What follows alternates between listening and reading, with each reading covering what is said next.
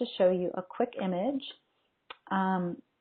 So I went outside last weekend and I noticed something strange about my tomatoes. And so I wanted to share this with you just to give you guys some perspective. You might be going into your growing season and thinking about disease issues and pest issues. And so I just wanted to share something with you real quick that might be of value.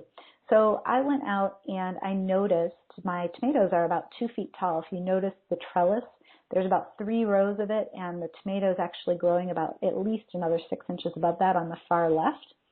And I have 5 different varieties in my tomato line, so I have them in alphabetical order. So that one on the far left is my Sun Gold, which is usually my favorite tomato, and my poor Sun Gold is a little sick. So I wanted to show you this. This is what the bottom leaves of my plant look like, and so they basically have these like black spots on them.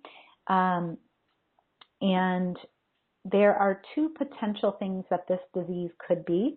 One is bacterial leaf spot for tomatoes, and the other is a fungal leaf spot, which is called, oh, the name just escaped me. Why did it do that? It starts with an S, and you know, I'm having one of those days. I'm having kind of a crazy day over here.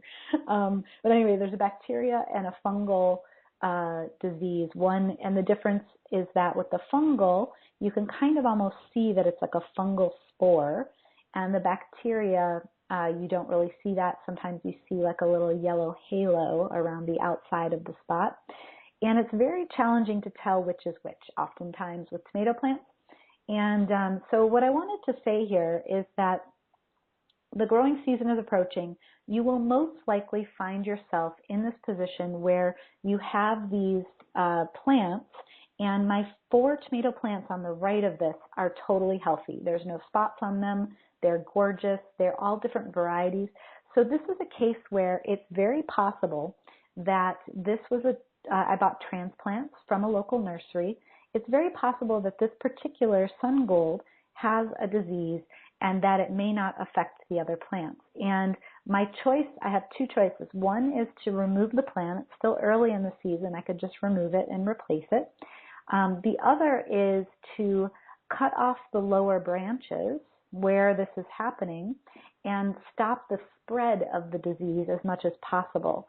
And I've done both, and frankly, with the plant being this small and this early in the season, I may decide to pull this out because it might not be worth the trouble. Now, the only thing that's holding me back from pulling this plant out is that I think there's something going on in the soil in this very local area.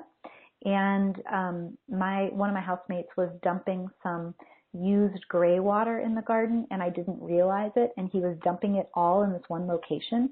And I'm noticing that the growth around this area is not looking so hot.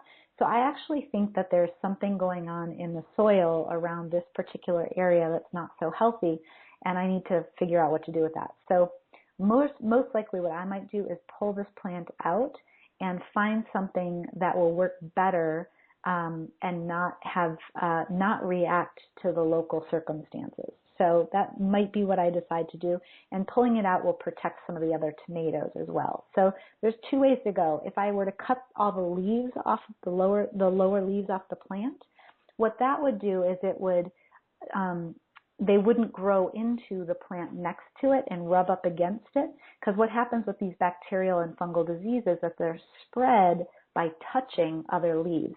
So what I did is I took my scissors and I chopped off these lower branches, and then I sterilized my scissors in a vinegar solution so that next time I use them, they're not infected with this same disease or this fungus. So that's what I did for now, and I tied the plant closer to the trellis. You can see here that I haven't done that yet, but I tied it to the bamboo stake so that no leaves were touching the neighboring plant.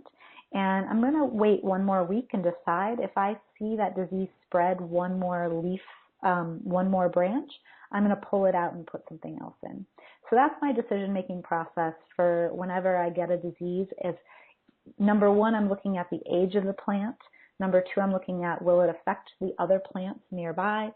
Number 3, I'm looking at, is this an issue with the soil that I have, or is this an issue with the specific plant that I purchased. So if I purchased a plant and it was diseased, chances are that I could put in another healthy tomato plant in this location and it might be okay. Now these diseases, they can land in the soil and they can stay there, and they could infect a new plant. But if you're cleaning up the plant very carefully, pulling it out without it touching anything and disinfecting things, it's very possible you could grow something else healthy right back in that spot. You know, you could also put in a different crop if you want to play it really safe. Put in something else that's not in the tomato family, and then just keep going from there. So those are my options. So I am playing it a little cautious, and I'm basically removing any signs of the disease, sterilizing all my equipment, tying the plant up to keep it away from my other plants, and I'm going to watch it, and I'm going to see within the next week if any more of that disease comes back, and if it does, it's out of there. So that's my process. Thought it might be useful for you guys because a lot of times we get connected to the plant, and sometimes we get connected to the plants and then we don't want to give them up. If you enjoyed this video, don't forget to leave a like and share your thoughts in the comments below. We'd love to hear from you. And for more simple and practical gardening tips, subscribe to Grow Your Own Vegetables. For more tips and updates, visit gyov.org and join our growing community.